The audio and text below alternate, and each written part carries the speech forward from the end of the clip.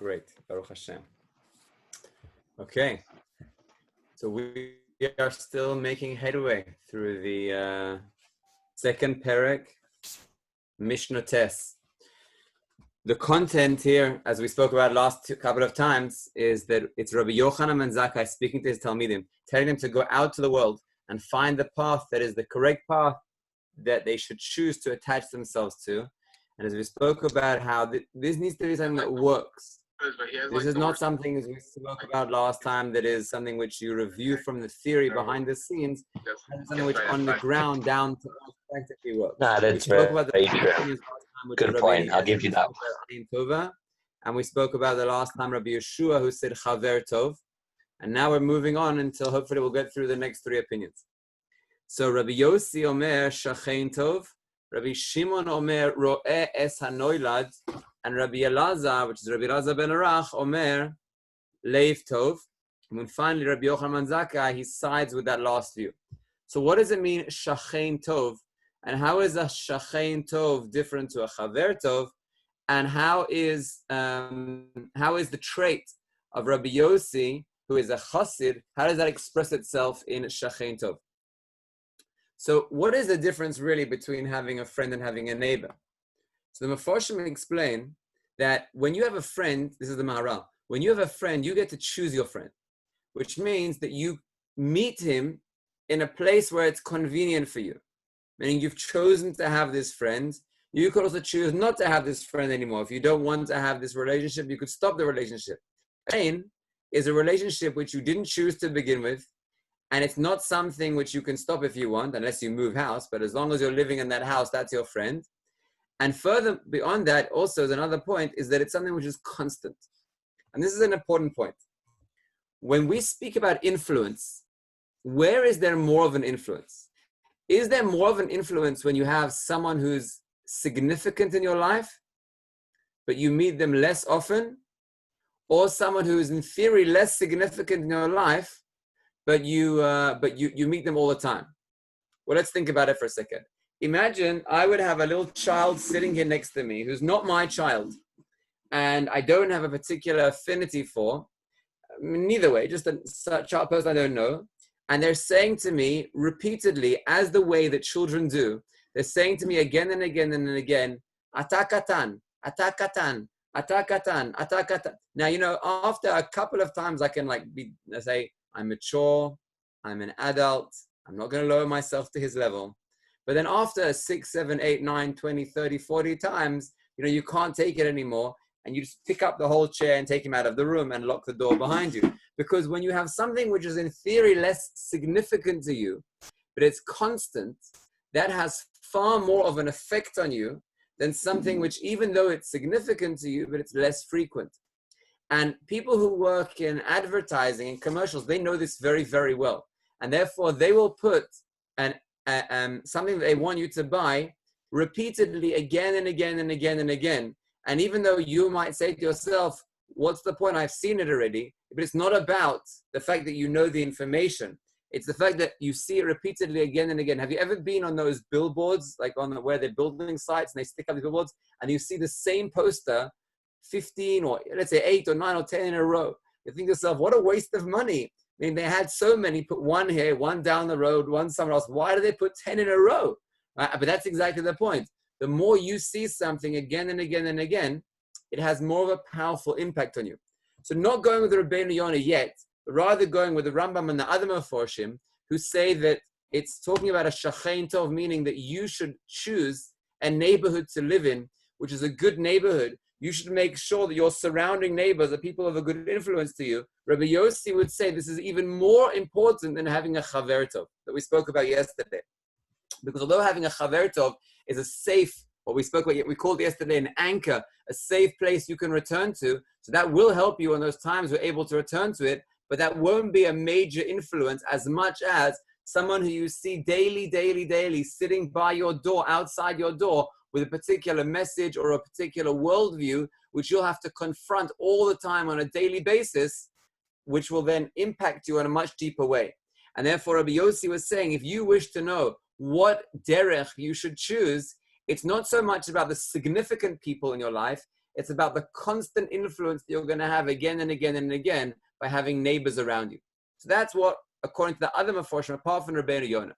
But we spoke yesterday that Rabbeinu Yonah has a different take on this, on these 2 points of Chaver Tov and a Shachen Tov, and he understands it to be referring to not what environment you have around you, but rather how you act towards others. If you remember yesterday, we spoke about all 5, according to Rabbeinu Yonah, have to be centered within you. It's your Ayin Tov, it's your Leiv Tov, and it's also you are a Chaver Tov, and you are a Shachen Tov. So if we go with Rabbeinu Yonah, then what's the amazing value? Why is this an access point, a key point? I mean, according to the Rambam and the other Meforshim, we can understand why it's an access point, because you're going to be influenced by that which you see again and again and again and again. That's going to be a major point for you that's going to influence you and affect you. But according to Rabbeinu Yonah, it's just saying you should be a good neighbor. So why is you being a good neighbor such a major access point, which is going to enable you to have good midas in every other area, and it's going to transform your whole life, according to Rabbeinu Yonah? But according, and this is the Maharal now speaking, but according to the Maharal, it's interesting that we opened by saying you choose a chaver, but you don't choose a shachen. The fact that you don't choose a shachen means you're going to have a lot of interactions which you are usually not pleasurable. Right? When they speak about in the halacha hilchos shchenim, then it's called hilchos nizkei shchenim, meaning there's going to be damage done. Wherever you have neighbors, there's going to be conflict. I think anyone who had a room in Kerem B'Yavneh has probably experienced this. If you have 4 people in a room, is the window open or closed? And what time do you go to sleep? And what time do you turn the lights off? And what about a fan? And what about music? And what about lights? So, that's a very simple thing. And nevertheless, you've probably experienced hands-on or body-on. You've experienced the concept of having neighbors is something where you have to work on yourself in a much deeper way than having a friend. Because when you have a friend, it's your choice. If you want the relationship, take it. If you don't want it, you don't have to take it. You don't have that same sense of obligation that you have to work on yourself in a constant way. And since you don't have to work on yourself in a constant way, it doesn't perfect you to the same degree. Because you can always say, you know what, I'm not interested. I just want to back out of this one. The moment you can back out of this one, you're not going to fix yourself. Because you'll say to yourself, whenever I need to work on myself, I'll work on myself. And whenever I don't need to, well, it was optional to begin with, I can just back out. You're not going to refine yourself to the same level. But when you have a roommate, when you have a shachen, then you don't have that option of just saying, I'm just going to move house. You're going to have to say, well, let me see how I can make peace with this person, and not by transforming them. But like Rabbeinu Yonah's major point here is that all the responsibility is on you. You have to see how you can transform yourself. And that's why it's an access point. Because how you deal with interactions with other people on a constant basis that you didn't choose, but you're obligated to resolve on a constant basis where there's friction, that's going to be something which you're always going to be constantly working on yourself. Now, how does this point relate back to the trait of Rabbi Yossi? But now it should be very clear, because Rabbi Yossi's trait was to be a chassid. And what is a chassid? Like we defined a few times ago, a tzaddik is someone who does tzedek. He does exactly what he needs to do. A chassid is someone who goes beyond the letter of law, beyond the measure of what he needs to do. Now, to be a neighbor, there's a great sense of tzedek. I'm right, and they are wrong, and it's my border, and I need to sleep, and they're making a noise. It's very clear that everyone who's a neighbor thinks they're in the right, and the other ones are insensitive. They don't have any respect for the clock or for other people. And I don't know if they're ever going to find a shidduch if they carry on behaving like this. But that's the way you're going to feel towards your neighbor, because you act with midas hadin, tzedek. However, Rabbi Yossi, who is the one who is the chassid, meaning his trait was to go beyond the letter of the law. So he was saying, if you wish to get to this place, which is the access point of going beyond yourself, outside of yourself, you have to be a shachen tov, which means going beyond yourself towards your neighbor for the sake of your neighbor, perfecting yourself and not acting with the midas hadin, with tzedek, in respect to other people. That's the access point of Rabbi Yossi. Fantastic. Okay, moving on. Rabbi Shimon. Rabbi Shimon is our 4th player. Rabbi Shimon ben Nesanel. So Rabbi Shimon Omer, haro'eh es hanoilad. Haro'eh es hanoilad. So what is haro'eh? You predict the future. You predict the future. That's an access point. What does it mean to predict the future? So let's just give a little context here.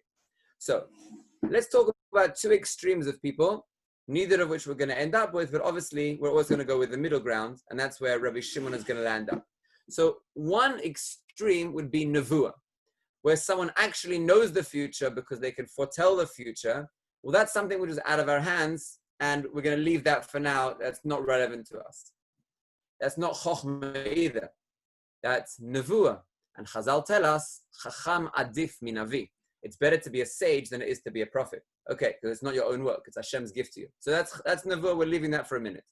Now, on the other hand, there's someone who only ever sees what's in front of him now. And therefore, if right now in front of him, there is an enormous cheesecake, and it's delicious, and it's whole, right? It's round, right? So if he says, I'm going to have one piece of this cheesecake. So what happens when you have one piece of the cheesecake? So you have the one piece, and now it's not complete anymore. Now, when it was complete, you were safe because it was complete. But now that it's not complete, so who cares if it's not complete this much, or maybe not complete this much, or maybe not this much or this much. And once you're already here, then it's better just to make it complete again by there not being anything there at all. Now that's a hard place to be, because then there's no limitation on where you're going to stop exactly. Haro'es anoilad is not someone who says, well, what's in front of me now is only this piece, so what's the problem? They're saying, one second, but I have experience in eating cheesecakes before. And it's never actually been the case that I've had one piece of cheesecake. What I've noticed before is that I have this false mentality of if something is tasty, even if I'm full, I have to have another piece. Now, that's an interesting svara there. Let's work that through again. If something's tasty, but I'm full, logically, you should say, I'm full.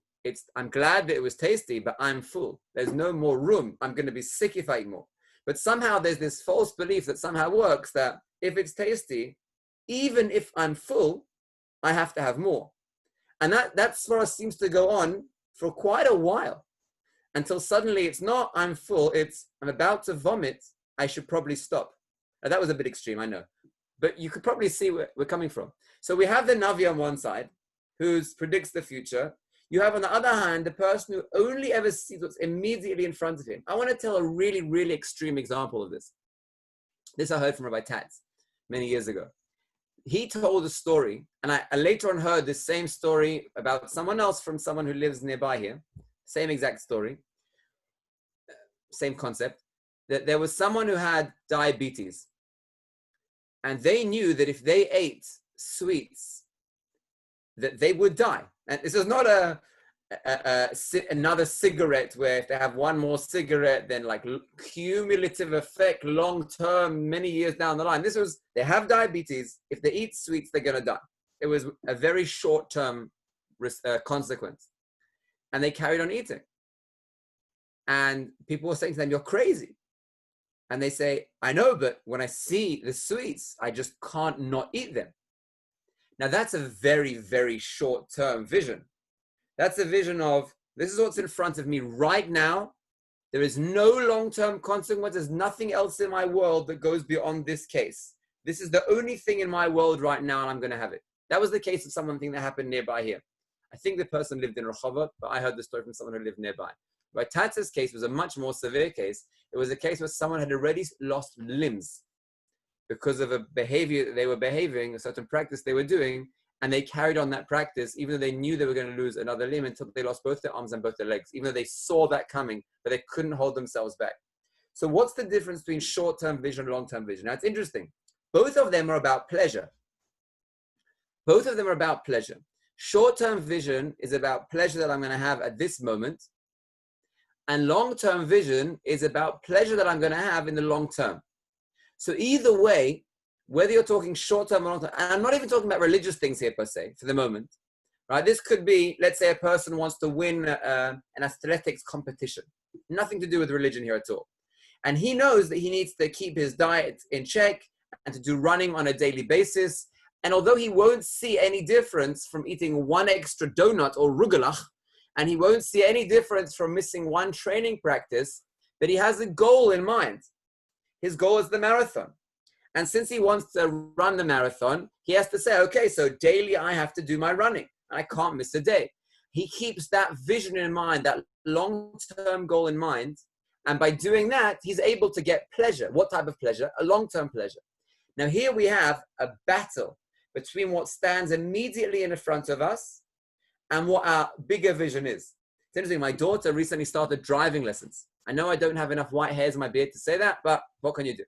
So the driving instructor, as well as being a good driving instructor, he seems to have a good psychological background to his way of instructing. And this is what he did. It's brilliant. It's exactly Ro'es HaNolad. On the first lesson, he gave her that sticker that you put at the back of the car that says new driver. That new driver sticker that you're supposed to put on the car for the beginning. And he said to her, he said, in my experience, people start driving, and in Israel, there's an obligation of doing 28 lessons minimum. So it's a long process.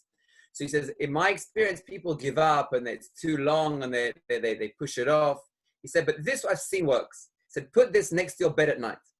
And every night when you go to bed, look at this and say, I'm going to stick this on the back of my car. And that will give you the long-term vision, your goal of what you're aiming towards, and it will keep you encouraged to keep doing the lessons. Now, she's done 5 lessons in 1 week. So that pretty much worked. I mean, much to my bank account's expense shock, but it's working. It's a great plan. I must give her credit.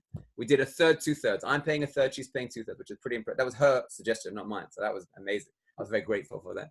Amazing. But that driving instructor has got a brilliant concept. What is he saying? He's saying, I know you want pleasure, but your short-term pleasure is going to be, to go out the house again and the signaling the left and signaling the right. Who can be bothered for that? I have other things to do, which are more short-term pleasure. But when you place your vision, your long-term goal in front of you, and you have it very clearly in front of you, and you're saying, well, what's more important to me? Now, the issue is that people don't often do that because they don't have a clear goal. They don't have in mind, what do I want to accomplish? How many conversations have I had with boys who come to yeshiva, and I say to them, what do you want to get out of yeshiva? What's your goal? And they have no clue how to answer that. And they go to the default, well, he's the mashgiach. He probably wants to hear something about spiritual. So I want to be close to Hashem. Fantastic. Close to Hashem. Okay, what does it mean to you to be close to Hashem? Just like general close to Hashem, like it says in the Torah, that's good if it says, isn't that, but wasn't that the right answer? What were you hoping for, Rabbi? No, I wasn't hoping for anything. I just want you to be well thought through, because if you have a clear goal in your mind of what you're working towards, then there's hope for you to be very successful in your year in yeshiva. But if you're just going to be going with the flow, then the truth is that short-term goals, it's much easier to come late, to say them. The natural way of a person who doesn't have a long-term goal is he's going to go after what gives him pleasure short-term. And pleasure short-term, the pillow always beats the tefillin.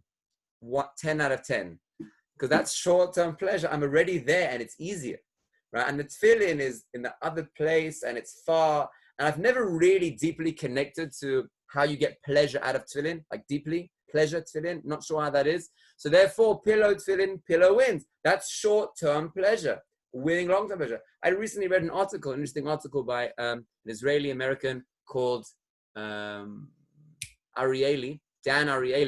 And he writes that he has an issue with his fingers, that he was in an accident, and if he types, then it's very painful for him. But he doesn't feel it when he first starts typing.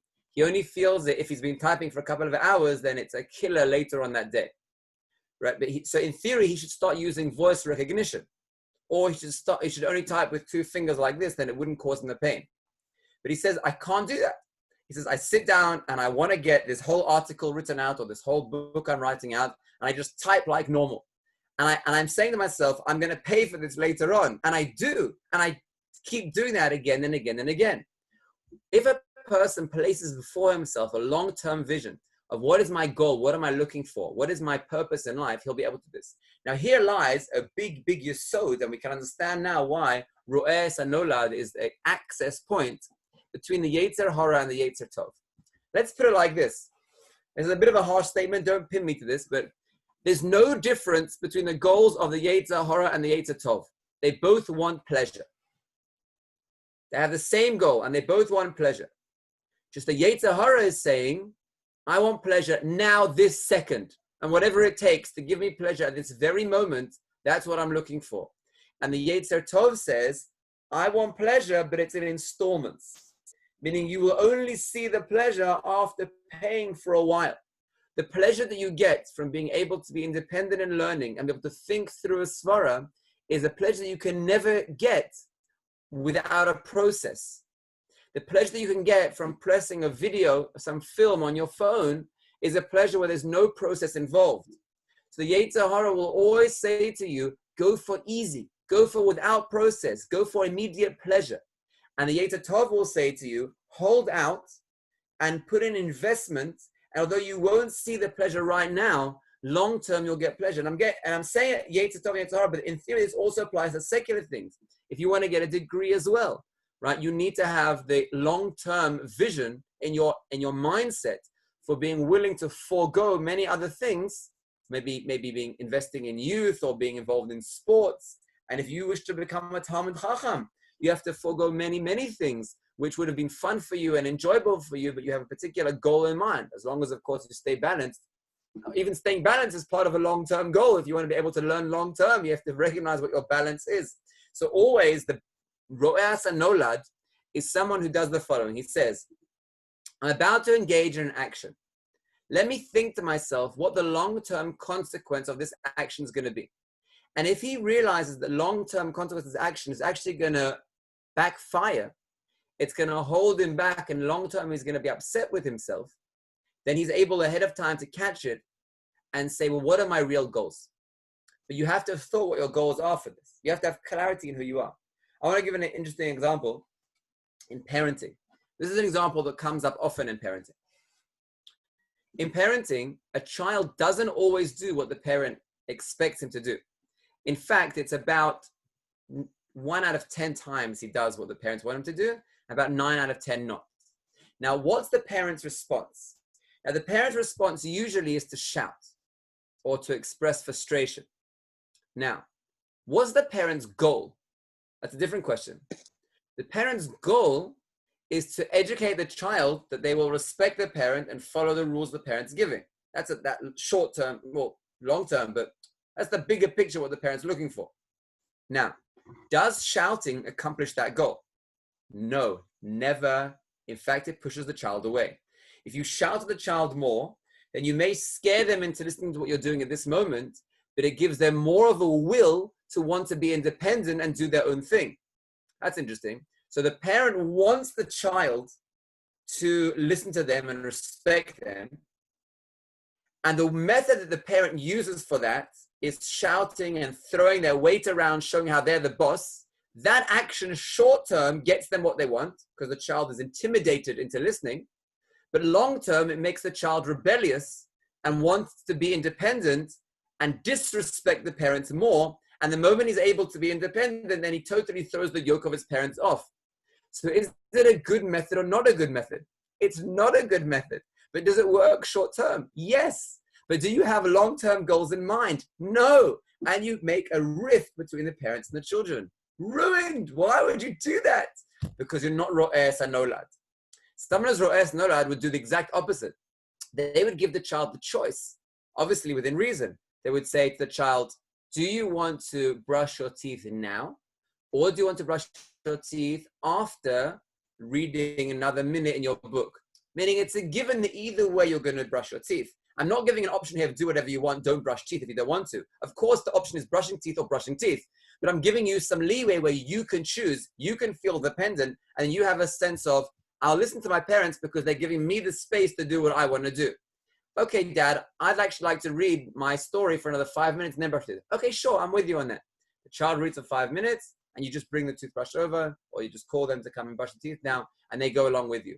Now, that's a way without shouting, without getting frustrated, giving the child a sense of independence, which long-term the child will say to you, Dad, what do you think I should do? And you say, that's interesting. You know, I trust you. Make the decision yourself. We'll speak it through and you can make the decision. And the child says, oh, thanks, Dad. I really appreciate your trust that you invested in me. And the relationship is built and built and built. Amazing. Short-term vision gets results, ruins the relationship. Long-term vision, you have the goal ahead of you. You have it clearly ahead of you, what you are working towards, healthy father-son relationship. You're able to accomplish that. Very interesting. So Rabbi Shimon, his principle is Ro'as HaNolad. And you can see why that's a key access point. Because every other midah is based on that. Every other midah, think of it. Think of laziness. Think of anger. Any other midah you think of, the benefit that you get of not acting properly is always short term, and you always lose out long term.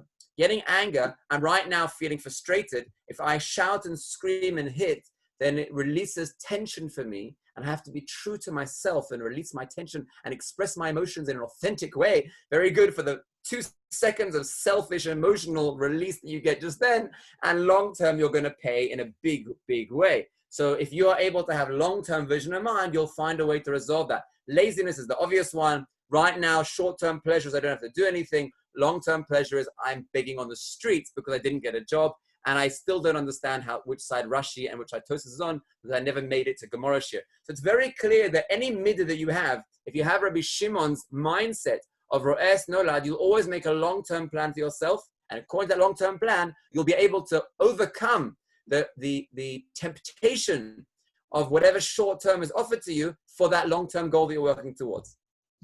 Great. Now, how does that fit into his midah? His midah was yirechet, and it's so clear now. Isn't it amazing? See, when I first started this, I thought there was going to be a real challenge. I'm going to have to be dochek and say how this fits into that in some crooked way. Why the first part of some pasuk says that word, and the second part of that pasuk says that word, and therefore it's basically the same underlying idea. But I didn't have to at all. It was really clear how each rabbi of the 5 Talmidim of Rabbi Yochanan Zakkai, their midah is exactly the underlying point. What is yirechet? It's obvious. Yirechet is where you're not doing this sin right now, but you're looking ahead of time, what potential sin could come out, and you're scared of that, and therefore you act now in a way that won't bring you to that sin. That's what yirechet is. And that's exactly Ro'es Nolad. So it's very clear how, through the trait, the essence of who he was, of being someone who was yirechet, he was always aware of everything that was going on and what the long-term consequences were of all the actions he was going to do. He recognized what would lead to sin, which paths would be detrimental if he would follow them, and therefore he avoided them way ahead of time. Ro'es Nolad is the same underlying concept as Yirechet. Fantastic. Now for the finale, and this is the biggest and most exciting one. In fact, this one, I first heard this concept in Shir about 11 years ago, and I haven't spoken about it since then because I haven't found like a very clear opportunity. And finally now, I got a chance to speak about it in depth. Really, and I see the time and I'm getting scared. Shall I leave it till tomorrow? Okay, I'll just say I'll say the opening line, and then tomorrow we'll do it in more depth. Many, many years ago, I was in a Vad. I'm just telling the story behind it, and I'll do the topic tomorrow. So many years ago, I was in a Vad by a rabbi who's still alive and well. He lives in Ramot. His name is Rav Aaron Moshe Shochatovich.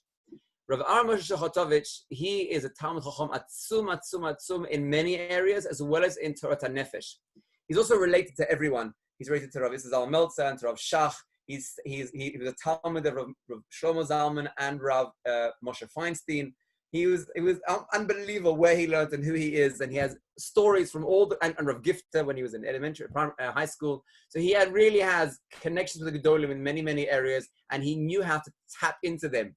He was that kind of Talmud who wouldn't just like take what the Rebbe says on a superficial level, but he would like nudge until he said, why did the Rebbe say this, or that? But doesn't that so tell what the Rebbe said there? And how come I saw the Rebbe do that over there? And he really got into the kishkas of every Rebbe and got amazing stories out to understand the depth behind who they were.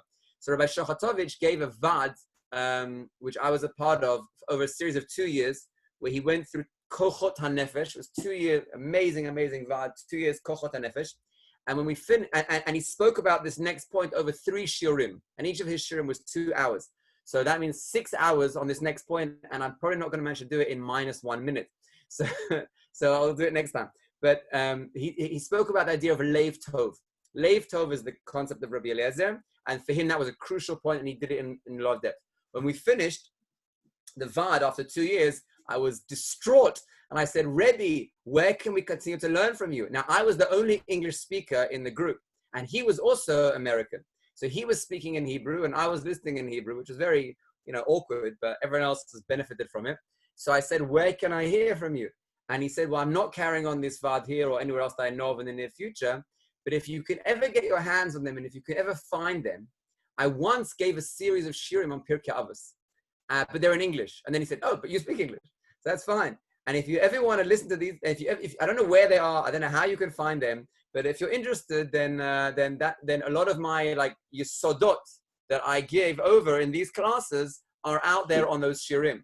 So I was desperate to find them, but at those days, and pretty much even these days until Corona hit, I was without a computer and didn't know how to go around researching that. And also, people who speak Yiddish spell Shochotovich in a very different way to people who speak English, so it was quite difficult to locate. Anyway, I recently found them. They're on a site called Torah Downloads. There's 147 shiurim, where he goes from the beginning of Pirkei Avos till midway through the 4th perek. I highly, highly, highly recommend. You have to have patience. They're long. He usually has about three shiurim on each mishnah, be'erech, sometimes longer. But they're well worthwhile. I had no idea when he gave them until suddenly in a shiur I was listening to recently, he was talking about like the times and these times and threats, and I didn't know what was talking about. And then suddenly you hear a siren in the background. Woo! And like scattering, everyone running away. And then he comes back and he says, Saddam Hussein heard me. And it was the Gulf War. So then I realized that was when these shiurim took place in Yerushalayim during the Gulf War. So I was really, really excited because I'm getting to Lev Tov. And here I have all my notes in my book over here, which I took 11 years ago, all my notes that I took in English, although I heard it in Hebrew. And I was saying, I'm going to listen to the shiurim that he has on Lev Tov. And I went to it, and you have to locate because it wasn't so clear to find where it was. I eventually got to where it was supposed to be. And he says, so Erev Rosh Hashanah, so in the shul, we spoke about the concept of Lev Tov. So I'm not going to review that. We're going to skip that point. I'm going, oh, no, why? But anyway, Baruch Hashem, I had notes on it. So that's Rav Shochet Deutsch. If you ever want to hear him, you'll get a great amount of enrichment beyond the shiurim that we're giving here. But Bez Hashem, next time from my notes from 11 years ago, we will do the topic of Lev Tov in more depth. Yashar Kochachem, have a wonderful Shabbos.